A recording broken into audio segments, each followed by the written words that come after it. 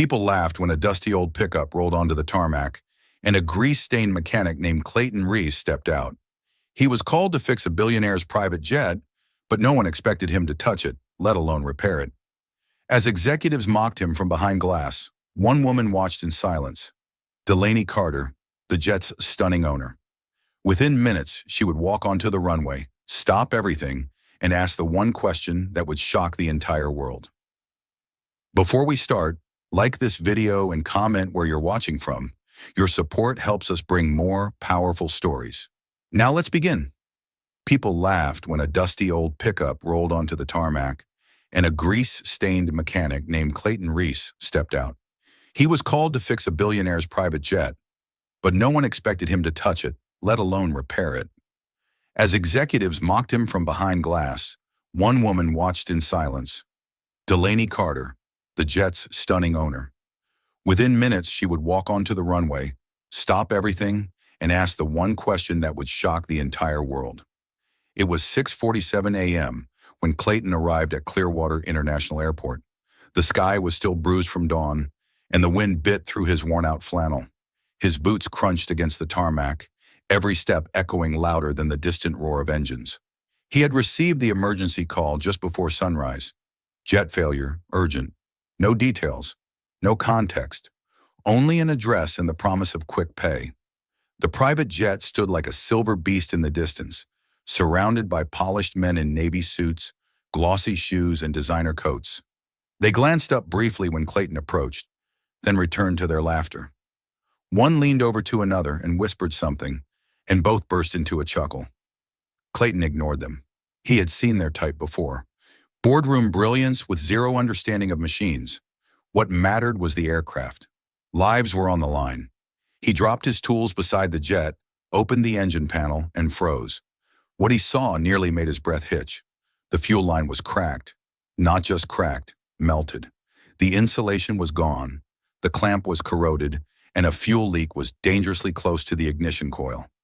Whoever had touched this last should have been banned from aviation. One spark, and this jet would have exploded midair.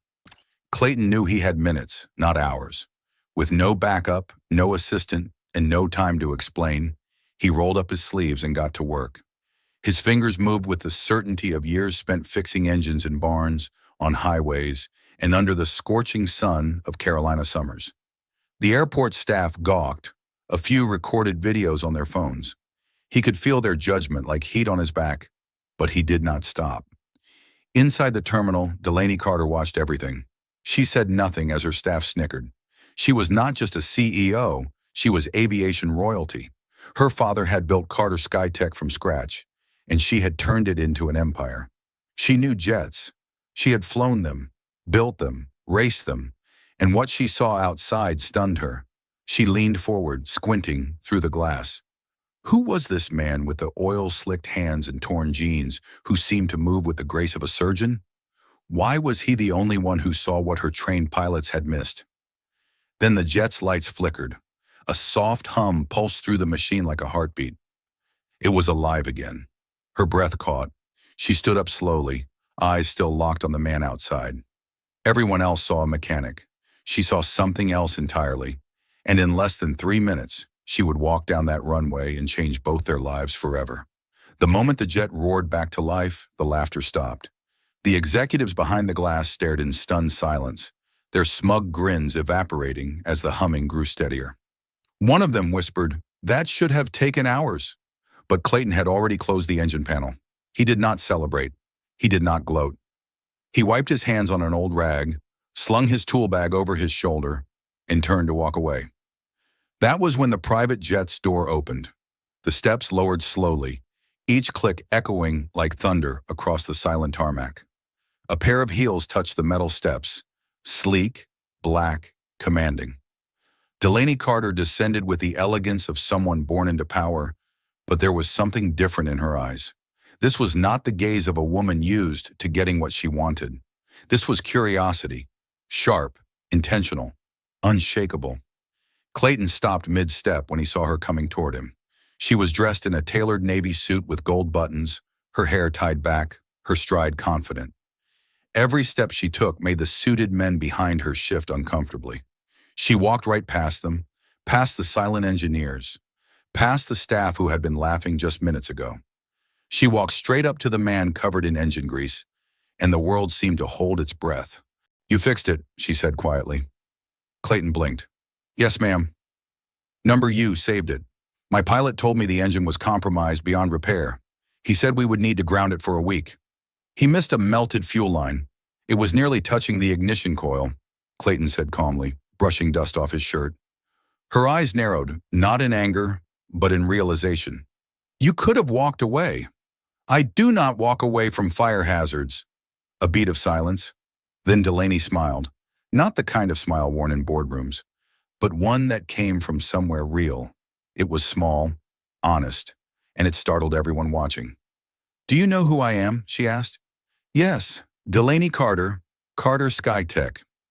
"You do not seem impressed." "I am not here to be impressed. I am here to fix problems." Delaney studied him, then turned to her staff. "Everyone, inside. Now." No one dared object. The terminal doors clicked shut behind them. Now it was just the two of them on the tarmac. "I have spent my entire life surrounded by men who talk big and do little," she said, her voice softer now. "You are the first one who did the opposite." Clayton gave a small nod. "I was just doing my job." Delaney took a deep breath, as if making a decision that would alter everything. She looked at the sky, then back at the man who had saved her jet, and possibly her life. She took a step closer. "What would you do," she asked slowly, "if someone like me asked you something completely insane?" Clayton did not move. "That depends." "How insane?" "What if I asked you to marry me?" For a moment, neither of them spoke. The wind whispered across the runway. A bird took off from a nearby pole, and Clayton, still in torn jeans, boots stained with fuel, and fingers blackened with grease, looked at the billionaire CEO with the calm of a man who had nothing to lose and everything to gain. Clayton did not laugh. He did not flinch. He simply stood there, his eyes locked on hers, as if trying to decode the question behind the question. Most men would have stumbled over their words, tried to play it cool, or assumed it was a joke. But not Clayton. He had spent too many years fixing what others gave up on. He knew the difference between noise and meaning, and this was not noise. Delaney waited. Her expression was unreadable, but her breath was unsteady, as if the words had shocked even her. She was not a woman used to waiting, but she stood still, hoping the man in front of her would not treat this like a punchline. Clayton wiped the sweat from his brow with the back of his hand. "You do not even know me." "That is why I'm asking." He raised an eyebrow. "Come again."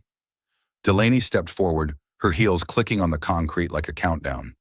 "I have been proposed to 23 times. I counted, by men in suits who memorized my net worth and called it love.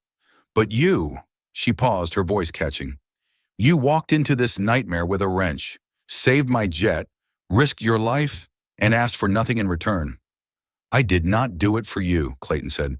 "I did it because someone had to." "Exactly," she whispered. "That is what makes it real." He looked down, suddenly aware of the dirt on his hands, the fraying collar of his shirt. "You want to marry a mechanic?" "Number, I want to marry the only man here who did not try to impress me." Behind them, the lights from the terminal glowed in the evening dusk. A few curious eyes peeked through the glass, whispers spreading like wildfire. Phones were likely filming, but Delaney did not care. For the first time in years, she was not performing. She was simply being. Clayton finally broke the silence. "You are serious?" "As a heart attack." He studied her for a moment. Not the clothes, not the title, but the person. "Then take off your heels." Delaney blinked. "What?" "If you are serious, take off your shoes. Come walk with me. 5 minutes, no titles, no headlines, just two people on the same ground." She hesitated only a second. Then she leaned on one foot, kicked off one heel, then the other. Barefoot on hot concrete, Delaney Carter followed a mechanic into the sunset. They walked past the jet, past the shadows of silent staff. She did not ask where they were going. She only matched his pace, step for step. Clayton led her to the edge of the airfield, where old hangars stood like forgotten giants. He pulled open a rusted door and gestured for her to enter. Inside was not what she expected. There were no machines, no engines. Just a small folding table, a battered chair, and walls lined with old photographs, planes, mechanics, and one little boy in overalls standing beside a man who looked just like Clayton, only older and smiling wide. "My father built his life fixing engines," Clayton said quietly. "I watched him fix planes that others said were too far gone. When he died, I inherited this hangar.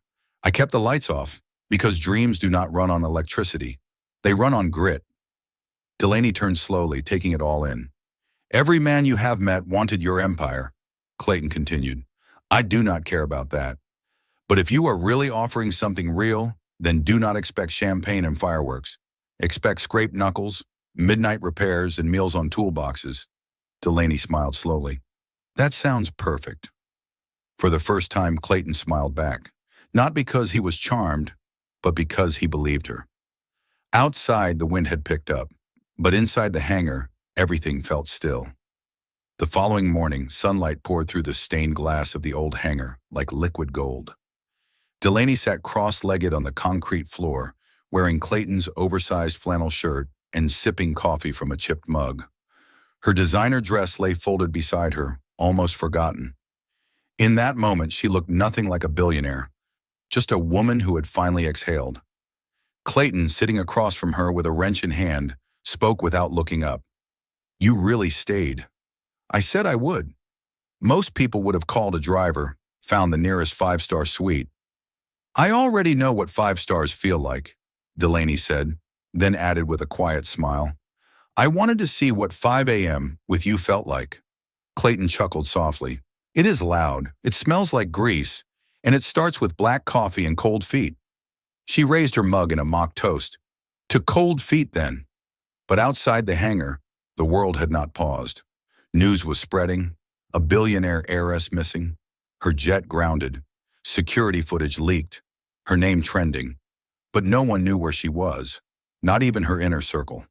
What made it more wild was the rumor. Someone had seen her barefoot, walking across a tarmac with a man in oil-stained jeans. Back at the Carter Aviation boardroom, chaos reigned.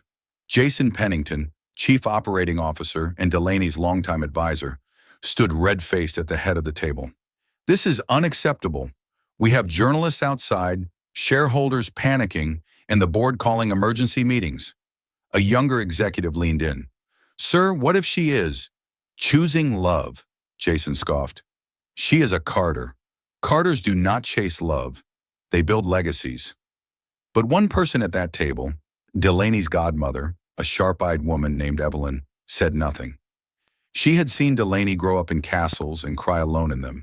She remembered birthdays missed, laughter faked, and smiles rehearsed. And now, for the first time in years, Delaney was off script. Evelyn sipped her tea slowly, hiding a rare smile. Back at the airfield, Clayton and Delaney worked together on an old Cessna he had been restoring for years.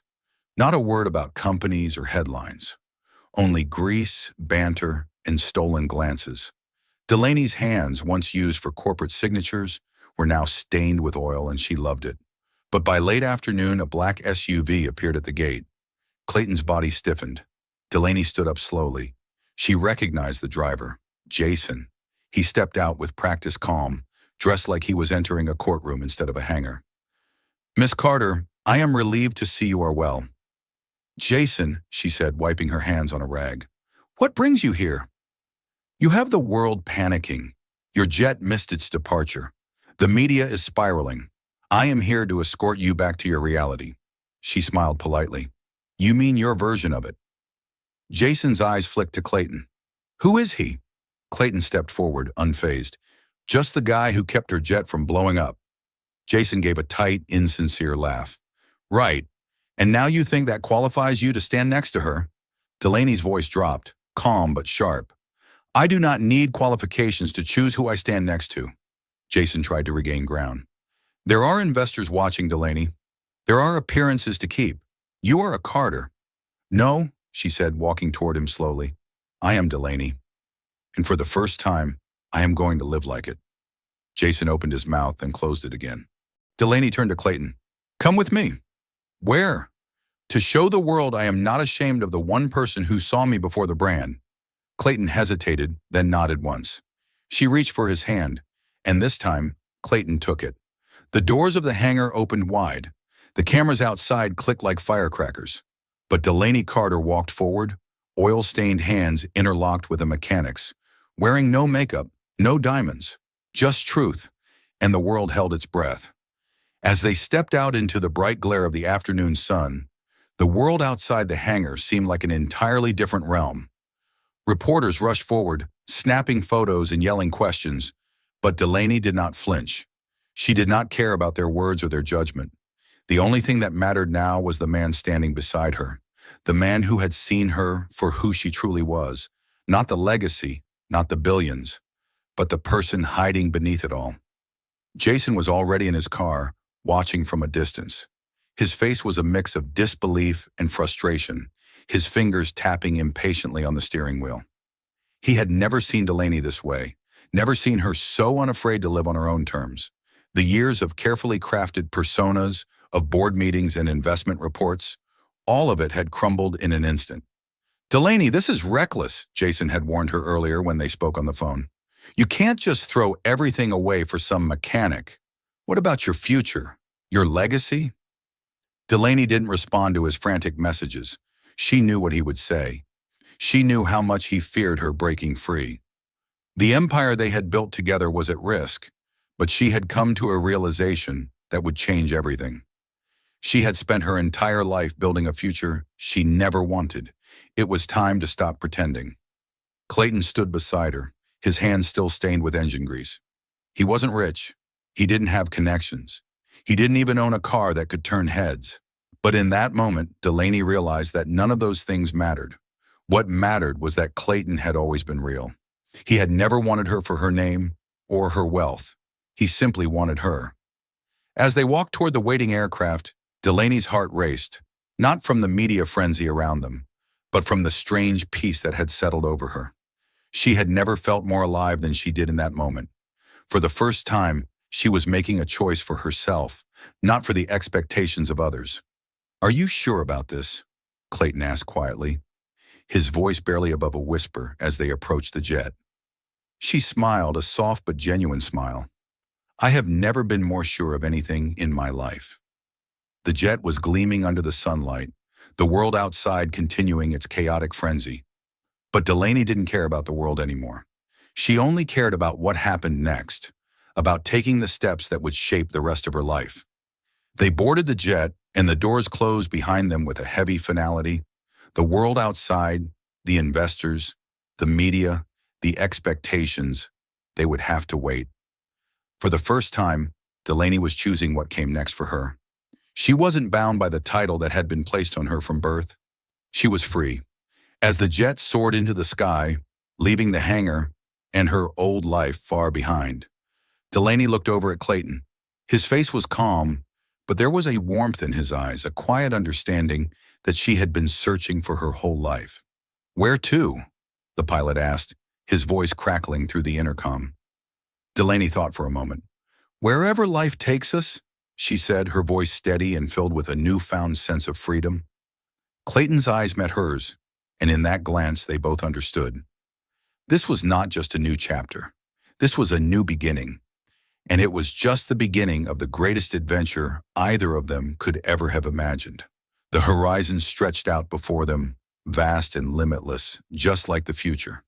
And Delaney knew, as the jet continued its ascent into the sky, that she had made the right choice. The world might never understand why she did it, but for the first time, she didn't need their approval. She had found something far more valuable, her own happiness, and that was worth more than all the gold in the world.